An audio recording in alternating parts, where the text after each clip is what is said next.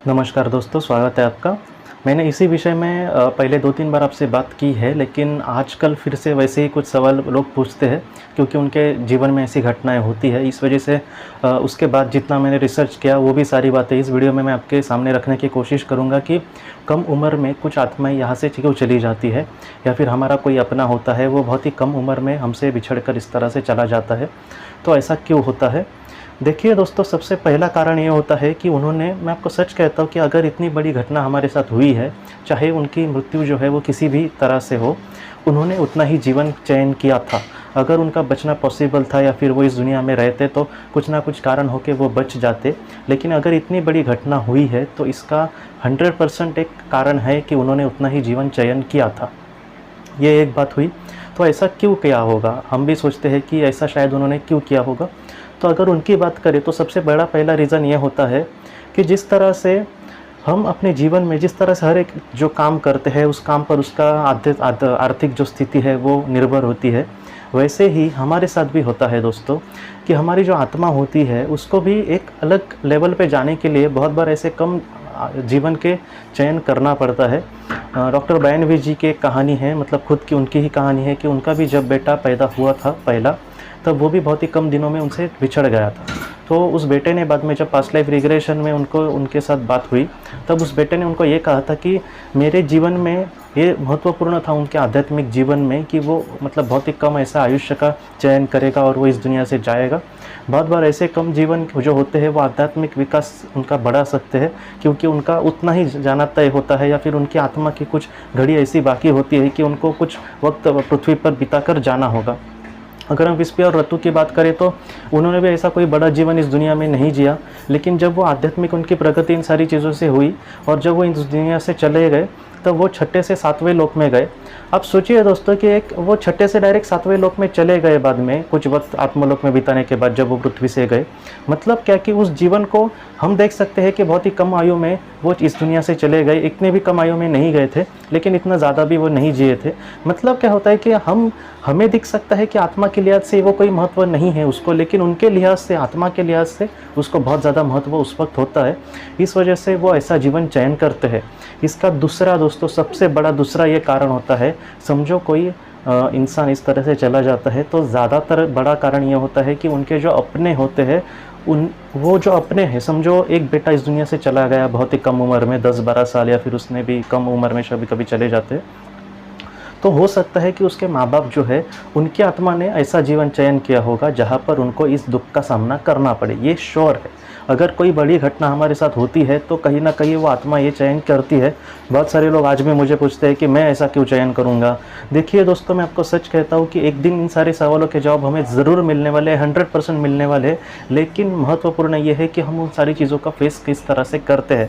मैं आपको हमेशा संतों का उदाहरण देता हूँ या फिर महापुरुषों का, जिनके भी जीवन में कुछ बड़ा अच्छा हुआ ऐसा नहीं, बहुत ही बुरी ज़िंदगी ही कभी कभी उनके सामने आई, लेकिन उसका उन्होंने सामना करने की कोशिश की।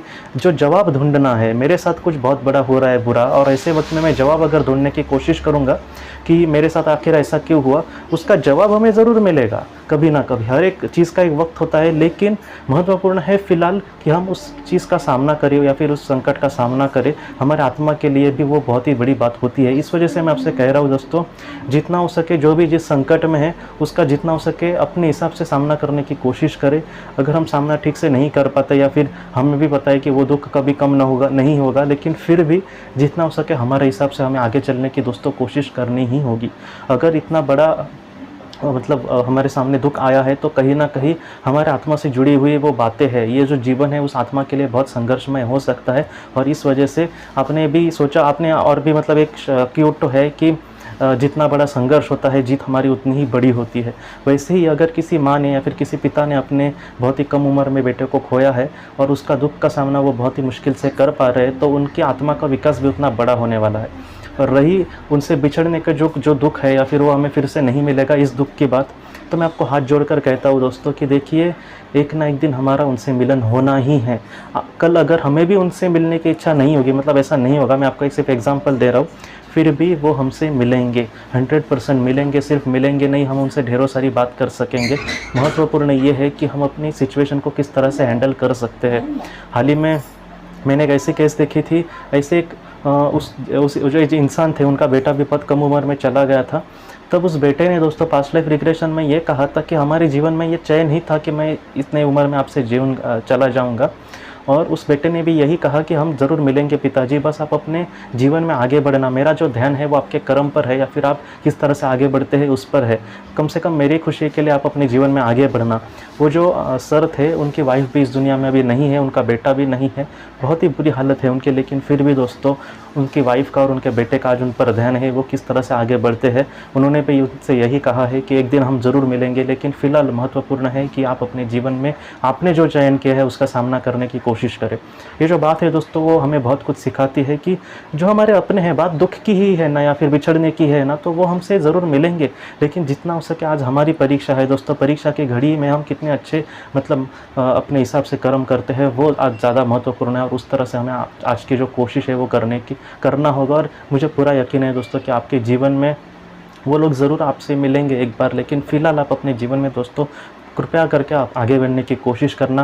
ये जो दुख है मुझे भी पता है, ये इस दुनिया का ही नहीं, इस जीवन का ही नहीं, वो हमेशा शायद हमारे साथ रह सकता है, लेकिन फिर भी जितना हो सके हमारी उनके साथ मुलाकात ज़रूर होगी। इसलिए मैं आपको कह रहा हूँ कि जितना हो सके अपने परिस्थिति का सामना करना, जीवन में आगे बढ़ने की कोशिश करना, वो हमेशा आपके साथ है। और उनकी जो आशीर्वाद है, उनकी जो ब्लेसिंग है वो हमेशा आप पर बरसती रहे। और जितना हो सके आप अपने जीवन में दोस्तों आगे चलने की कोशिश करना, वो भी आपसे यही चाहेंगे। और जितना हो सके दोस्तों अपने आप को संभालना, ये दुख अपने आप को जितना हो सके दोस्तों वो हमेशा आपके साथ है। उनको जो भी चीज़ें पसंद थी वैसे आप अपने जीवन में आगे बढ़ने की कोशिश करना। उनको आपसे जो भी जिस तरह से वो आपको कहते थे अपने जीवन में वैसे आप वैसे विचार करने की कोशिश करना, हमेशा जितना हो सके समाधानी खुशी रहने की। मुझे पता है ये बहुत मुश्किल है, लेकिन आप ज़रूर कम से कम कोशिश करना, क्योंकि हमारे हर एक कर्म को वो जानते हैं दोस्तों। इसलिए मैं आपको कह रहा हूँ कि कृपया अपने आप को संभालना और जीवन में आगे बढ़ना। एक दिन ज़रूर आएगा जब ये जो दुख है वो आपका नष्ट हो जाएगा और वो हम आपके साथ होंगे। लेकिन फ़िलहाल अगर कुछ महत्वपूर्ण है तो जीवन में आगे बढ़ना। इसलिए मैं आपसे कह रहा हूँ दोस्तों कि अपने जीवन में दोस्तों इस तरह से आगे बढ़ना और अपने जीवन का जितना हो सके सार्थक करके हमें आगे की ओर चलना होगा। आज की इस बात को लेकर अगर आपके कोई भी सवाल हो तो आप ज़रूर पूछें, जितना हो सके मैं उसका आपको जवाब देने की कोशिश करूँगा। हम अपनी अगली वीडियो में मिलते हैं। आप अपने परिवार का ख्याल रखना।